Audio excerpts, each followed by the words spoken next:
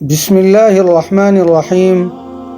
آج ہم آپ کے سامنے حضور اقدس صلی اللہ علیہ وسلم کے چچا گرامی حضرت حمزہ رضی اللہ عنہ کے کفن کے حوالے سے بیان کریں گے۔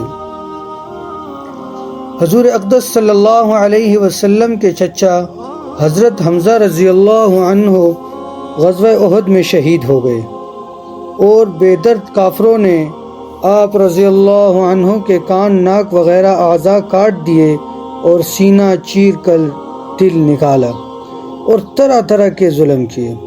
لڑائی کے ختم پر حضور اکرم صلی اللہ علیہ وسلم اور دوسرے صحابہ شہیدوں کی لاشیں تلاش فرما کر ان کی تجہیز و تکفین کا انتظام فرما رہے تھے کہ حضرت حمزہ رضی اللہ عنہ کو اس حالت میں دیکھا۔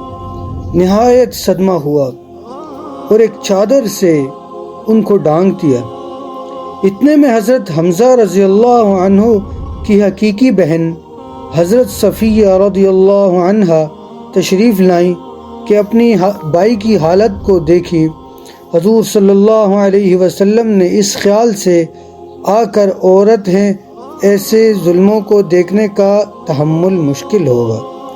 ان کے صاحبزادہ حضرت زبیر رضی اللہ عنہ سے ارشاد فرمایا کہ اپنی والدہ کو دیکھنے سے منع کرو۔ انہوں نے والدہ سے عرض کیا کہ حضور صلی اللہ علیہ وسلم نے دیکھنے کو منع فرما دیا۔ انہوں نے کہا کہ میں نے یہ سنا ہے کہ میرے بھائی کے ناک، کان وغیرہ کاٹ دیے گئے ہیں۔ اللہ کے راستے میں یہ کون سی بڑی بات ہے؟ ہم اس پر راضی ہیں۔ میں اللہ سے ثواب کی امید رکھتی ہوں اور انشاءاللہ صبر کروں گی۔ حضرت زبیر رضی اللہ عنہ نے حضور صلی اللہ علیہ وسلم سے جا کر اس کلام کا ذکر کیا تو حضور صلی اللہ علیہ وسلم نے اس جواب کو سن کر دیکھنے کی اجازت عطا فرما دی۔ آ کر دیکھا، انا للہ و انا الیہ راجعون پڑھی اور ان کے لیے استغفار اور دعا کی۔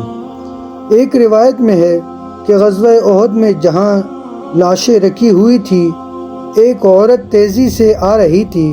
حضور اقدس صلی اللہ علیہ وسلم نے فرمایا، دیکھو عورت کو روکو۔ حضرت زبیر رضی اللہ عنہ کہتے ہیں، میں نے پہچان لیا کہ میری والدہ ہیں۔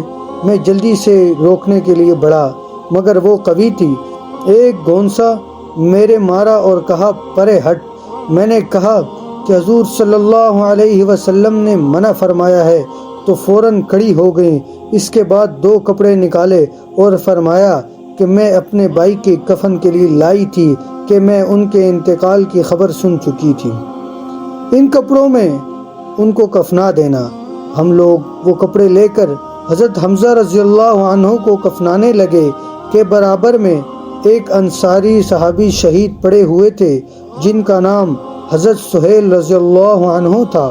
ان کا بھی کفار نے ایسا ہی حال کر رکھا تھا جیسا کہ حضرت حمزہ رضی اللہ عنہ کا تھا۔ ہمیں اس بات سے شرم آئی کہ حضرت حمزہ رضی اللہ عنہ کو 2 کپڑوں میں کفن دیا جائے اور انصاری کے پاس ایک بھی نہ ہو۔ اس لیے ہم نے دونوں کے لیے ایک ایک کپڑا تجویز کر دیا، مگر ایک کپڑا ان میں سے بڑا تھا اور دوسرا چھوٹا، تو ہم نے قرعہ ڈالا کہ قرعہ میں جو کپڑا جس کے حصے میں آئے وہ ان کے کفن میں لگایا جائے گا۔ قرعہ میں بڑا کپڑا حضرت سہیل رضی اللہ عنہ کے حصے میں آیا اور چھوٹا حضرت حمزہ رضی اللہ عنہ کے حصے میں آیا، جو ان کے قد سے بھی کم تھا کہ اگر سر کو ڈھانکا جاتا تو پاؤں کھل جاتے اور اگر پاؤں کی طرف کیا جاتا تو سر کھل جاتا۔ حضور اکرم صلی اللہ علیہ وسلم نے ارشاد فرمایا کہ سر کو کپڑے سے ڈھانک دو اور پاؤں پر پتے وغیرہ ڈال دو۔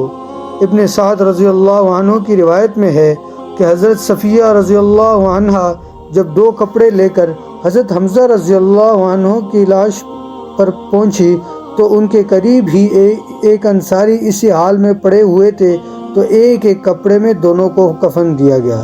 حضرت حمزہ رضی اللہ عنہ کا کپڑا بڑا تھا۔ یہ روایت مختصر اور خمیس کی روایت مفصل ہے۔ یہ 2 جہاں کے بادشاہ کے چچا کا کفن ہے، وہ بھی اس طرح کہ ایک عورت اپنے بھائی کے لیے 2 کپڑے دیتی ہے۔ اس میں یہ گوارا نہیں کہ دوسرا انصاری بے کفن رہے۔ ایک ایک کپڑا بانٹ دیا جاتا ہے اور پھر چھوٹا کپڑا اس شخص کے حصے میں آتا ہے جو کئی وجہ سے ترجیح کا استحقاق بھی رکھتا ہے۔